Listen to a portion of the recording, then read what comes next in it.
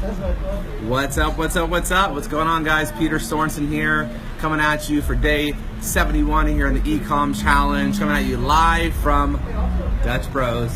Oh, and it's your main man at the orange hat, Mr. Chris Rucker. What's up, everybody? Glad to hang with you guys, and hopefully you guys jump on live. It's a Sunday, so hopefully actually they're not at home.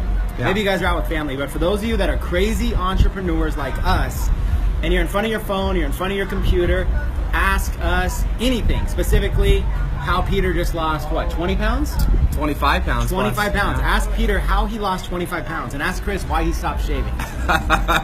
Or you can ask us questions about, of course, eComm, Facebook app. But mostly weight loss. Mostly weight loss on Sunday. And men's grooming. Ask me how I'm losing weight despite having nights of macaroni and cheese galore and froyo and stuff like that.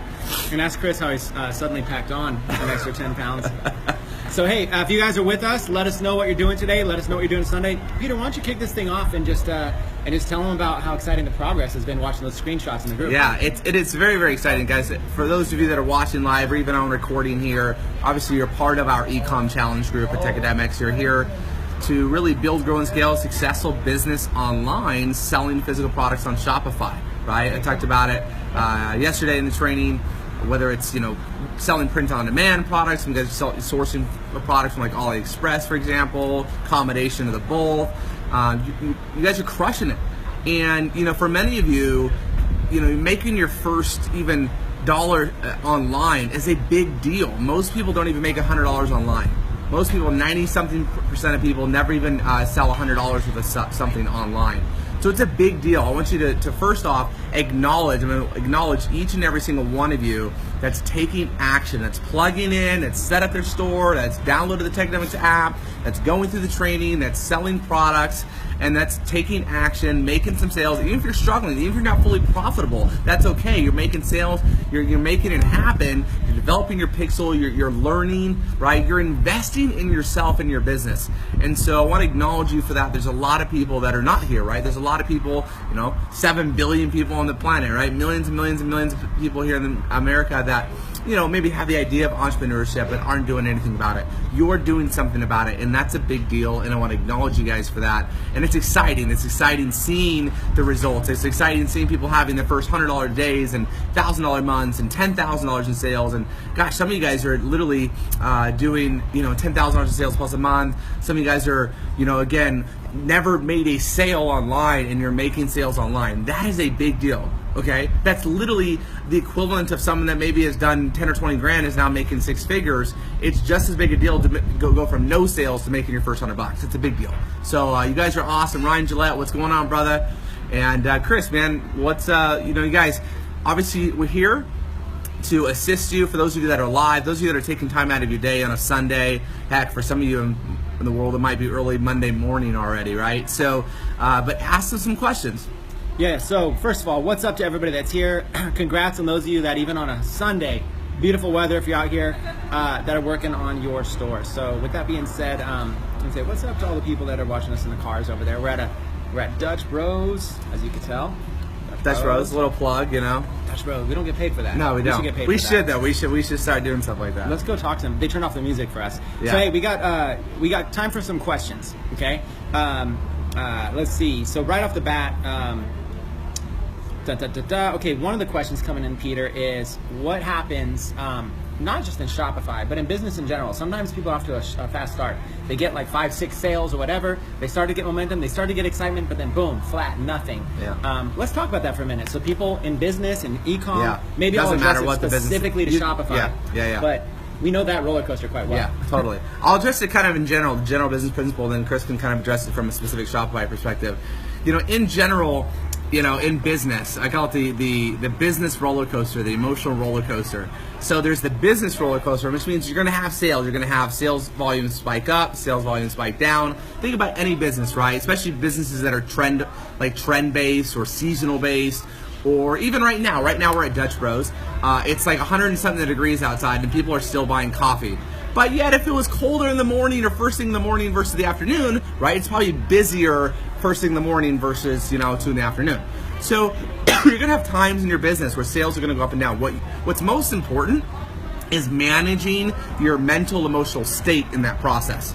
Okay, we have multiple worlds, if you will. Our mental world, our emotional world, our physical world. The physical world is, hey, sales are going up, sales are going down. In that process, in the down process, how are you managing your mental emotional state, your mental emotional world? Understanding it's part of the process. Understanding that what goes up comes down, and what goes down comes back up, and understanding really that it's you staying consistent with the daily income producing activities. That you've got to stay consistent with daily income producing activities regardless of what happens day to day in your business from a sales perspective. So you have to understand that when you're feeling a little down, you can't let that get you down. If sales low down, you're like, oh, I'm struggling, I don't know what's going on.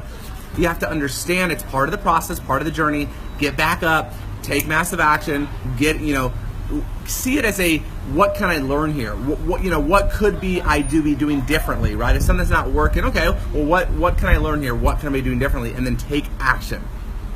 Yeah, so if you guys are having ups and downs on specific products, like let's say you are selling a fidget spinner, and right off the bat you sold maybe 5 or 6, and then boom, sales fell flat. The first thing that I do if sales are falling flat is I drop price and drop shipping. Very first thing. So step 1 is I drop price, drop shipping, but keep everything the same.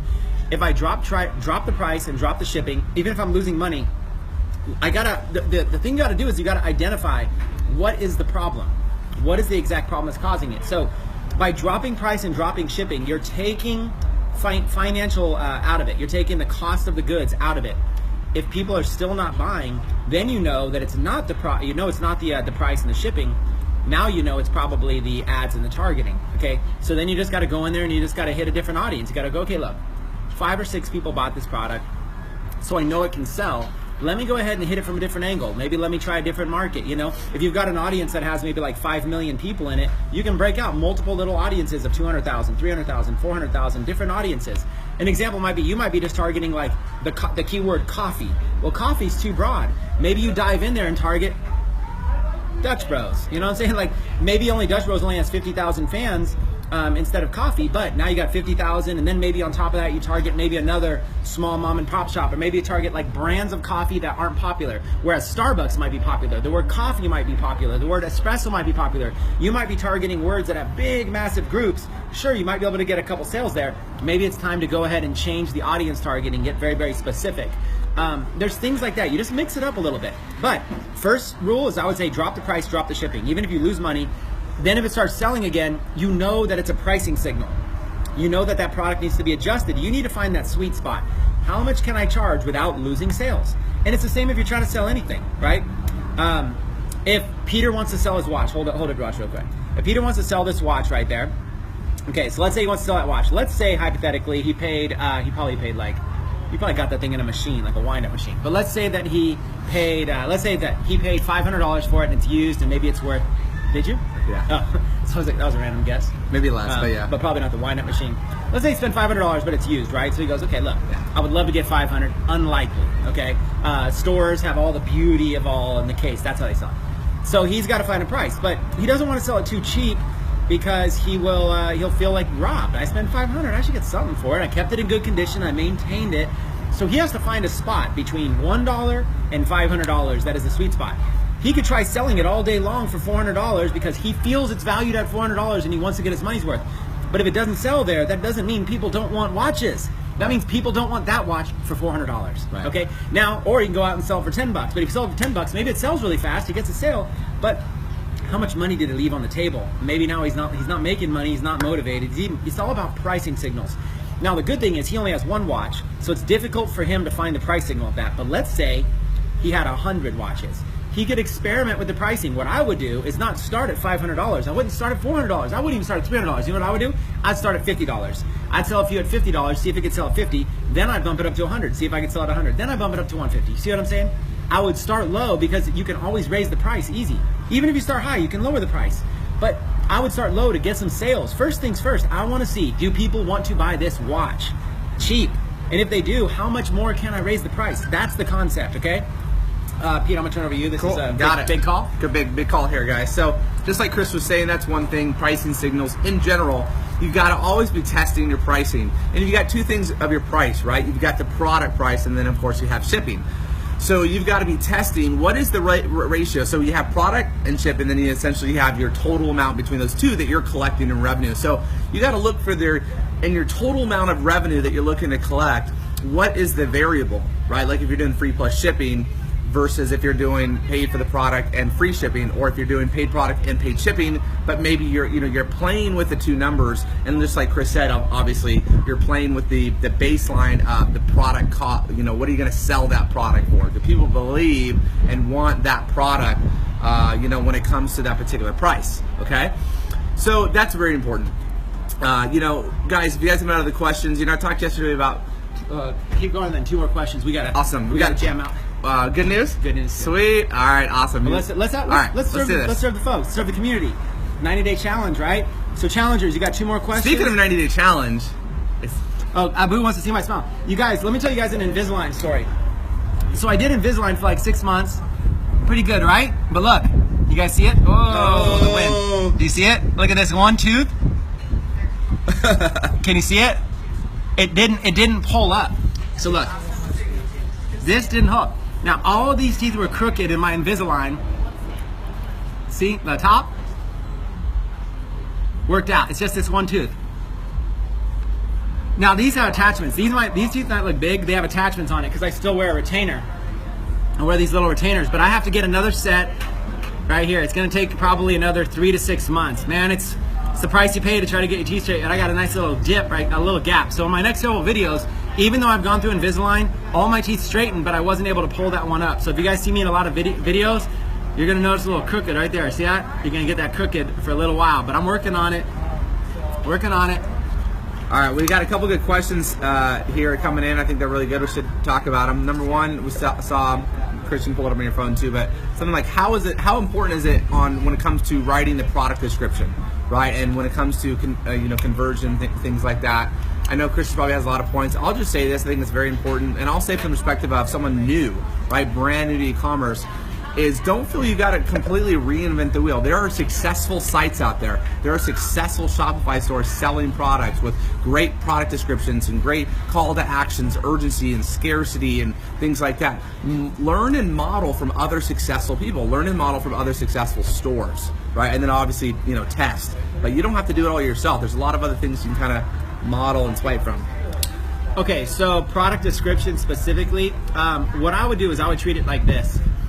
Instead of thinking you're in the e-commerce business, think that what you are in the sales business. You are selling the same skills that Dutch Bros use to sell their coffee, that Peter uses to sell whatever he attracts women left and right. I can't stop the women just come up to him. Whatever fragrance or cologne he uses, whatever you are selling, okay, you need to this is what happens when I have to do lives with Chris, and I have to get roasted on, but it's okay. Just saying. Whatever swag cologne he uses, swag cologne, it's the same sales pitch. So what it is like, think about any product you've ever bought, any digital product, any internet marketing product had a sales page. So your product description, you have a title, you have an image, you have a description, and potentially have a video. This is your sales page. Treat every single product like a sales page. This is your chance to be able to build urgency, be able to build scarcity, to be able to overcome objections, to be able to overcome lack of knowledge of the product. How much knowledge does a product need? See, if you're just selling a t-shirt and it says, "This dad rocks," okay? You don't need a lot of sales language in that. You just need to be like, how quickly is it gonna arrive? Was it made in the USA? What material is it? Stuff like what sizes are available. You don't need a lot because it's a t-shirt. How much explanation does it do? However, if you're selling a phone case that has a beacon inside of it, that has a little key fob container that tracks your cell phone case wherever it goes, you better explain that. Explain that through the case of make sure people know it's not just a phone case. This is a tracking phone case that literally you can press a button and your thing beeps wherever it is. That requires explanation. Since that requires explanation, you got to use that. You got to sell that as a sales page. Find a video to support it. Find pictures to support it. Find words. Overcome the objections. Figure it out. That's what a product description is. So if you're selling basic products, keep the descriptions basic and simple. Not much thinking. It's all about price and it's all about how it looks. But if you're selling more complicated products that require description, do not shortcut the description. Now that being said, don't spend all year building your site. A good description can be written in a few minutes and you can always fix it later. Just take action. One more question. You want to choose it or you want me to choose it? You choose it. All right. A couple of them. People are saying, keep that crooked tooth, that adds character. They call me Crooked Tooth Chris. That'll be my new nickname. What's up, Crooked Tooth? Crooked Tooth Chris? Yeah. No. Nothing. No. But we could try it out. Crooked Tooth Chris back here with another question. Geez, these are difficult. Let's see.